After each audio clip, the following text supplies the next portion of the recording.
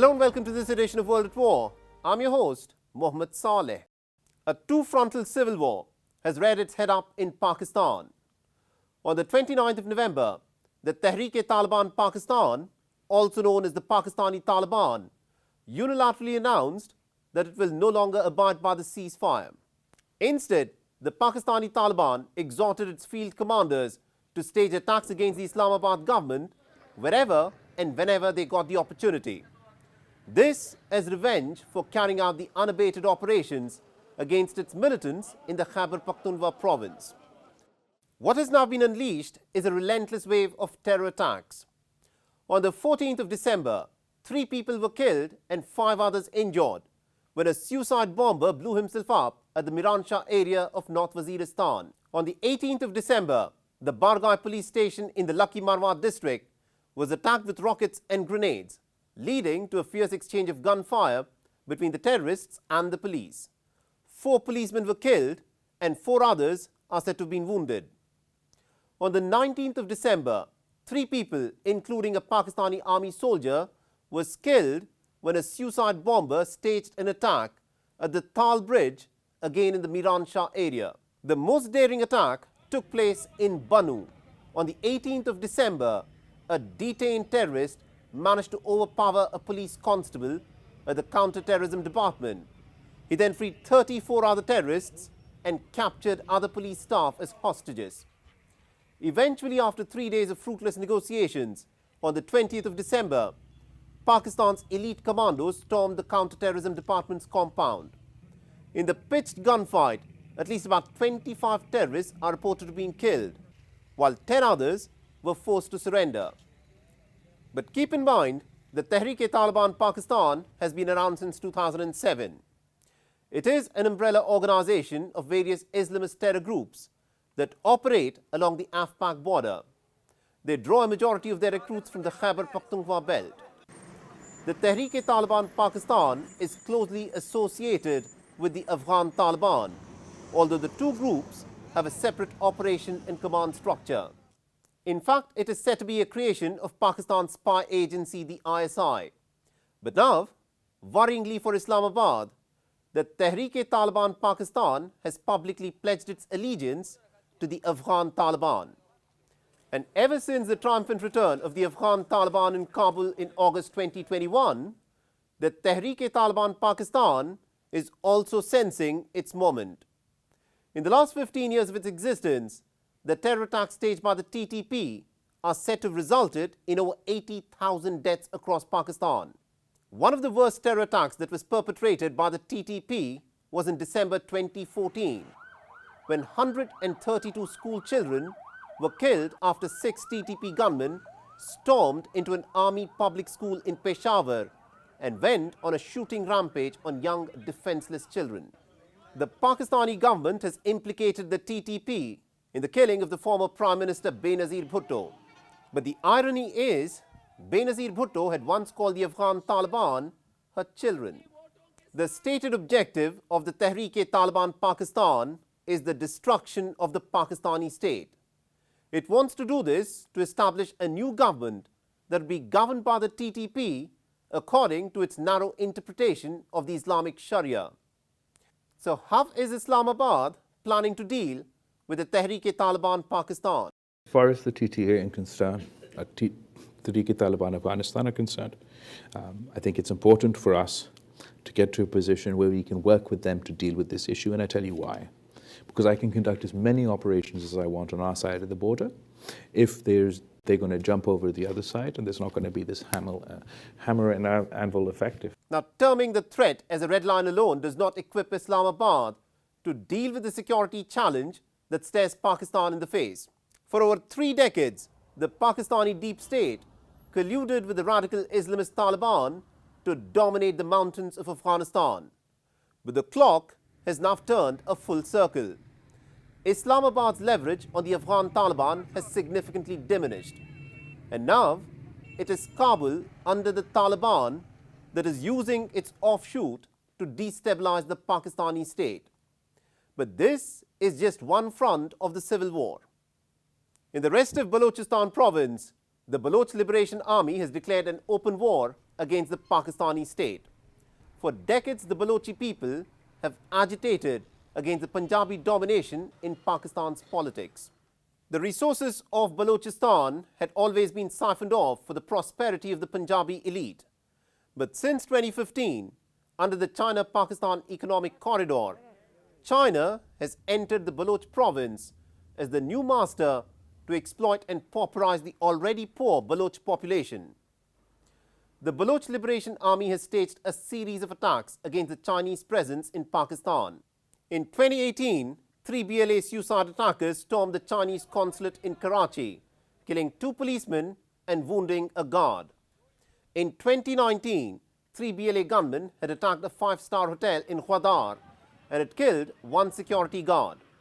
In 2020, 4 BLA attackers armed with guns and grenades had stormed the Karachi Stock Exchange, killing 2 guards and also a policeman. In February 2022, the BLA, that is the Baloch Liberation Army, had claimed to have killed over 100 Pakistani soldiers in Balochistan's Panjgur and Noshki districts. Pakistan has always responded to these terror attacks with state violence. But in the port city of Gwadar, a new movement is brewing. These are not disgruntled radical youth who seek a solution through violence. Instead, these are massive crowds of common people who are fighting for their rights, led by an organization called Gwadar Ko Haq Do Tehreek, which means give rights to the people of Gwadar. They don't just want the Chinese fishing trawlers to leave. Instead, they want even the Chinese nationals, about 500 of them in the port city, to pack their bags. Islamabad is in a catch-22 situation. All these years, it had promoted the China-Pakistan Economic Corridor as an economic game changer for its people. But instead, the $62 billion CPEC project has impoverished the common Pakistanis and has buried Islamabad deep in debt. Pakistan has got both the method and the means to fight the Tehreek-e-Taliban Pakistan. But at the moment, it has no answers to the growing disgruntlement and anger over the heavy colonizing Chinese heel on the Pakistani back. The United States has promised to send Patriot air defense missile systems to Ukraine. But how much of an impact will this new air defense system have on the war? Now, so far, Kiev is, by sourcing air defense systems from its allies, has denied Russia the chance of exercising complete air superiority over the Ukrainian skies. But where it has failed is in stopping Moscow's relentless barrage of missiles and drones that have wreaked havoc on Ukraine's energy infrastructure. But there is one crucial question that not many Western military analysts have dared to raise so far. Why is it that despite the war having dragged on for over 10 bruising months, is there still no glimmer of the possibility of a ceasefire? The only talk is still about sending more and more weapons into Ukraine. The Ukraine war theatre is a meat grinder. Estimates have pegged the loss of lives of soldiers to be 100,000 dead on each side. But if indicators are anything to go by, the battle to capture the Ukrainian skies is only just beginning to heat up. With the use of the S-300 anti-air defense systems, Kiev has so far managed to deny the Russian fighter jets air superiority over its territory. But the Kremlin has countered this Ukrainian strategy by repeated fire of a barrage of missiles and drones, which have devastated Ukraine's energy infrastructure. The more attacks the Russians conduct, the more we use our rockets. Our Soviet air defense systems are being depleted. That is the S-300 and the Buk, which are the foundation. We cannot maintain that indefinitely because all the unique spare parts of those systems are made in Russia. For the first time since the war began, Ukrainian President Volodymyr Zelensky flew out of the country. He was given a grand reception by the American Congress, with Joe Biden committing more military aid for Ukraine. As part of the $1.84 billion military aid, President Biden has promised to send the much-touted surface-to-air Patriot missiles to defend the Ukrainian skies. Today, I'm announcing the next tranche of our security assistance to Ukraine. $1.85 billion package of security assistance that includes both direct transfers of equipment that Ukraine needs, as well as contracts to supply ammunition Ukraine will need in the months ahead for its artillery, its tanks, and its rocket launchers.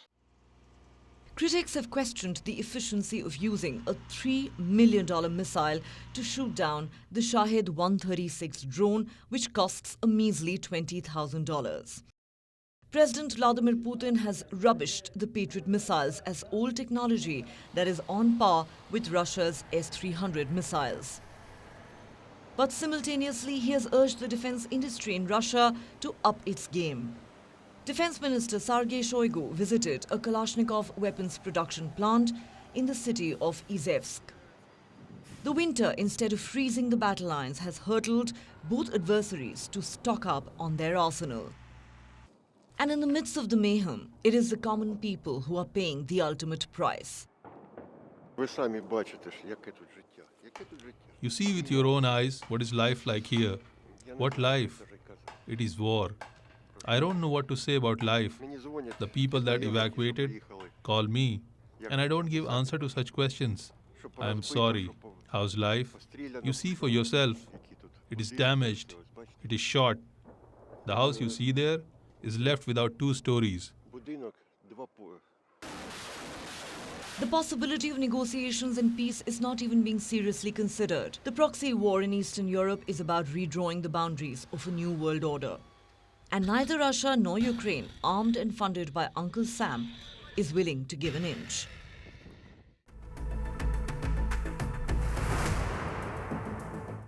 The beautiful city of Paris was rocked by a mass shooting in the late afternoon of Friday.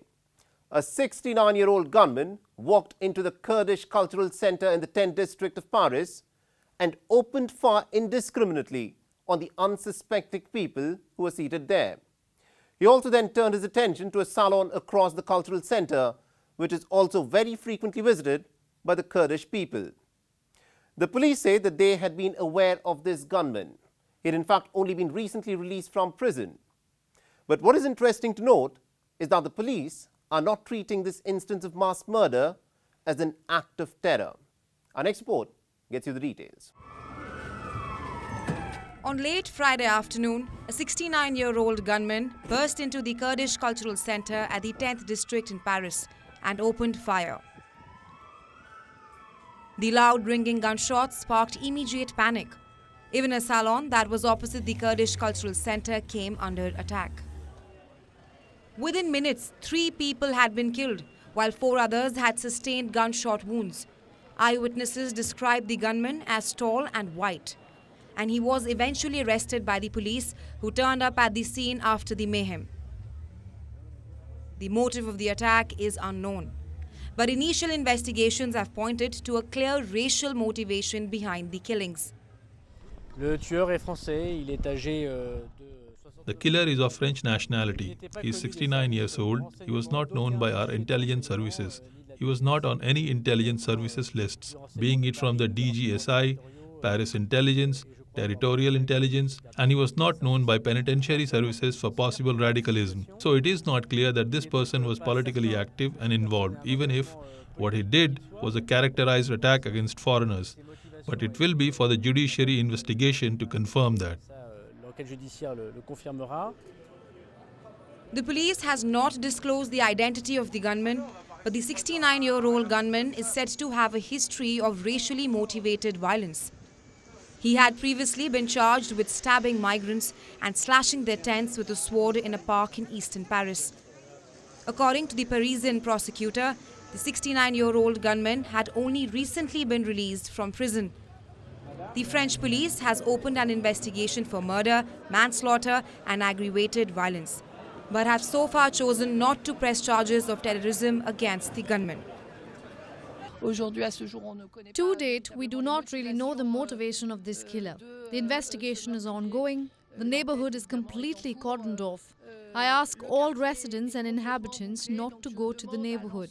To those who are at home, to stay there for the moment. The neighborhood will likely be cordoned off all day. French President Emmanuel Macron has tweeted his condolences for the victims, describing the attack as a heinous crime. The French president said that he had the affected Kurdish people in his thoughts and prayers. The American Secretary of State, Antony Blinken, also extended his condolences to the Kurdish and the French people who were caught in the attack.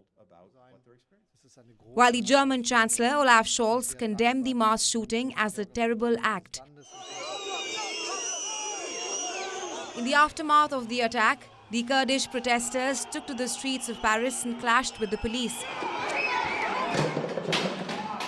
The demonstrators voiced their fury and accused the French police of not having done enough to prevent the attack.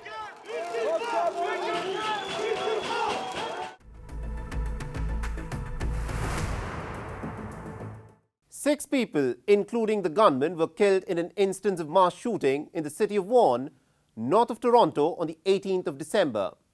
Now, what has raised a lot of eyebrows in this incident is that the shooter happened to be a 73-year-old man who used a semi-automatic handgun. But what exactly happened on that fateful night? Our next report gets you the details. York Regional Police responded to an emergency call on Sunday night after reports of an active male shooter who had shot dead several victims. The suspect, who turned out to be a 73-year-old man, Francesco Villi, had shot and killed 5 people in a condominium building in the Greater Toronto area. According to the Special Investigations Unit, Francesco used a semi-automatic handgun to carry out the horrific massacre. The police engaged the 73-year-old gunman and shot him dead. At about 7:20 p.m. tonight, our officers responded to what was an active shooting call here at 9235 Jane Street. Once the officers arrived, they were met with a scene, a horrendous scene, where numerous victims were deceased, and there was an engagement between the officers and a subject. And throughout that engagement, after the engagement, the subject was deceased as well. Mass shootings are rare in Canada, and Toronto prides itself in being one of the world's safest cities. But the surge in gun-related violence in recent years has set off alarm bells. Since 2009, there has been an 81% surge in incidents related to gun violence. In 2016, there were 223 gun-related homicides in Canada, but in 2020, the figure had jumped to 277. And continuing with this upward trajectory, it rose to 297 gun-related killings in 2021. The level of gun ownership in Canada is relatively low compared to the United States.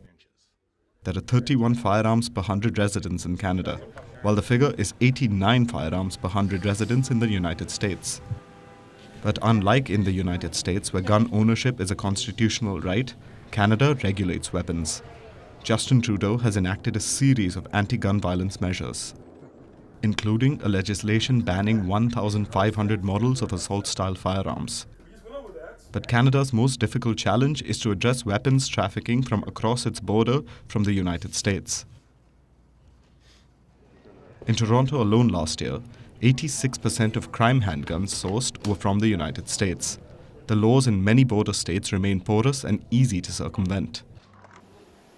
Justin Trudeau is faced with an uphill task to ensure that Canada doesn't go down the same road as the United States that has shown neither the political will nor the desire to seriously clamp down on gun terror.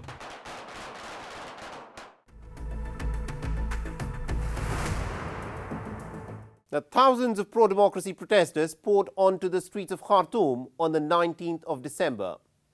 The day marked the 4th anniversary of the start of the uprising that toppled one of the longest-ruling dictators in Africa, Omar al-Bashir. The protesters, interestingly, have also rejected the agreement that was struck between the military and the civilian leaders. Our next report gets you more details. Thousands of people took to the streets of Khartoum on Monday. This is the largest such gathering in months.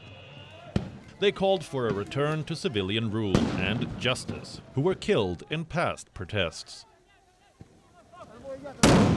The protesters were blocked by the police using armored trucks, and anti-riot measures were deployed to prevent them from reaching the presidential palace. The revolution will continue and will not stop. Our basic demand is to live a decent life in this country, and we will not give up our rights in any way, even if agreements were signed between politicians and soldiers. This is not what the Sudanese people want. Sudan has been on the boil since the months-long protests ousted Omar al-Bashir in April 2019. Bashir's three-decade autocracy was followed by a short-lived transition to civilian rule, which came to an abrupt end in October 2021 by a coup led by Army Chief Abdel Fattah al-Burhan. Since then, more than 120 civilians have been killed and thousands have been wounded by security forces in the anti-military unrest. On the 5th of December, Sudan's largest pro-democracy group, the Forces for the Declaration of Freedom and Change, as well as coup leaders, signed a framework agreement. But the critics of the agreement lampooned the deal as devoid of specifics and a concrete timeline. Thorny issues such as justice and reforming the military were left entirely unaddressed. The form of the previous constitutional document, although it was in a revolutionary government, but repression was present and killing was present. Even previous civilian Prime Minister Abdallah Hamdok's agreement with the military institution led to killing and repression on the street. And we do not expect anything new in the coming period, even after the signing of the framework agreement. Decades of isolation and authoritarian rule has deepened the economic crisis in Sudan, and compounding matters is the political instability and the lack of confidence in both military and civilian leaders. Thanks for watching World at War. And if you want to reach out to me with any comments, suggestions or feedback, please feel free to tweet to me on the Twitter handle that you see on your screens. I'm your host Mohammed Saleh, and I'll see you again next week.